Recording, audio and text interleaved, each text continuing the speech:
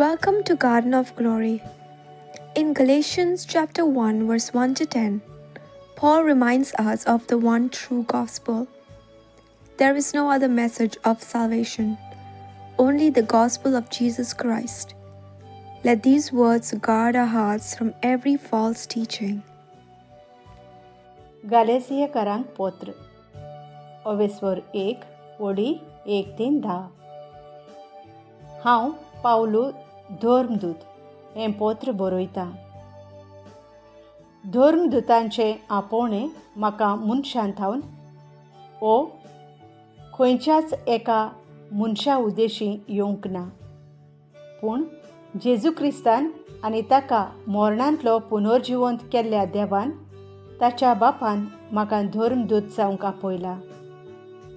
म्हज्या सांगाता आसात त्या सगळ्या भावा भयणी बराबर गालेसियाच्या पवित्र सोबांक हांव नोमान करतां. देव आमचो बाप आनी जेजू क्रिस्त आमचो सोमी तुमकां आपली दयाळाय आनी शांती भोगूंक दिवं. ह्या आतांच्या नश्ट्या युगांतली आमकां निवारूंक आमच्या पातकां पासत जेजून आपणाचेंच समर्पण केलें. ही देवाची आमच्या बापाची खुशी आसली. युगा युगांनी ताकाच महिमा. आमेन. शुभ वर्तमान एकूच. देवान तुमकां क्रिस्ताची दयाळाय भोगूंक आपयल्यांत. ताका इतले बेगीन सांडून दुसरें कसलें शुभ वर्तमान तुमी धरलां म्हूण म्हाका अजाप दिसता. खरें म्हळ्यार दुसरें शुभ वर्तमान म्हणलोलें नाच,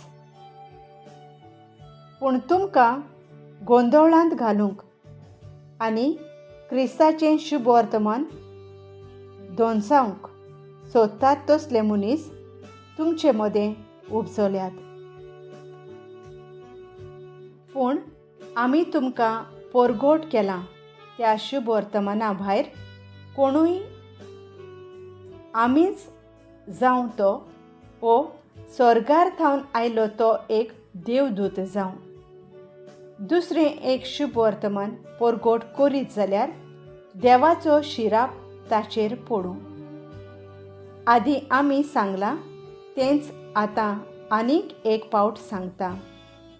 तुमी मानून घेतलां त्या शुभ वर्तमाना भायर कोणूय दुसरें एक तुमकां परगोट करीत जाल्यार देवाचो शिराप ताचेर पडूं.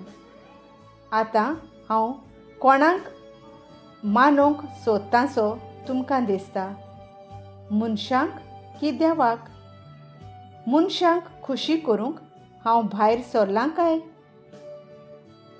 अजून पर्यंत मनशांची खुशामोद करूंक हांवें सोदलें जाल्यार क्रिस्ताचो सेवक हांव जावचो नासलो. Paul is deeply concerned.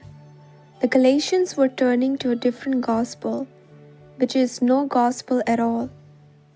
Even if an angel preached another message, Paul says, let them be accursed. The gospel is simple: salvation by grace through faith in Christ alone. This passage challenges us. Are we seeking to please people or to serve Christ? Because a true servant of Christ will never compromise the truth of the gospel. Let us pray. Lord, thank you for the true gospel of grace. Guard our hearts from every false message. Help us live to please you alone, not people, and to hold fast to your truth always. In Jesus' name, Amen. Thank you for joining us on the Garden of Glory. If this message blessed you, please like, share, and subscribe. Dear Baren Koro.